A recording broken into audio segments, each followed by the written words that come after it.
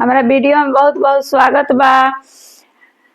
ऊंचे बारे अयोध्या त फूल से सजावल बारे ए लालना ऊंच घर राम जी जनम ले ऊंचही घर बधैया बाजे ए लालना ऊंच घर राम जी जनम नी ऊंचही घर बधैया बाजे ऊंचही राम के लीला ऊंचही पापा जी के नैया बारो ए लालना कौशल्या को खीराम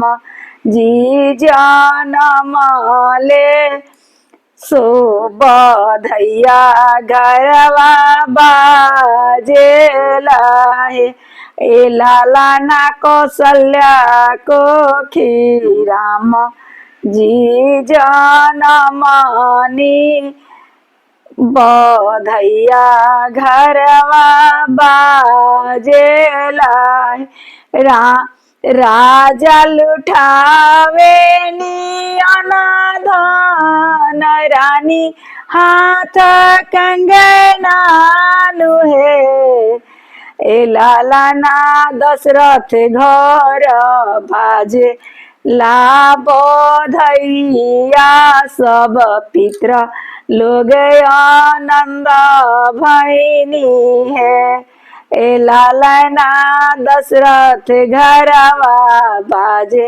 ला बधैया सब देव लोग आनंद भैनी है। हमारे गीत रउआ लोग के पसंद पड़ी तो सब्सक्राइब कर मत भूलें।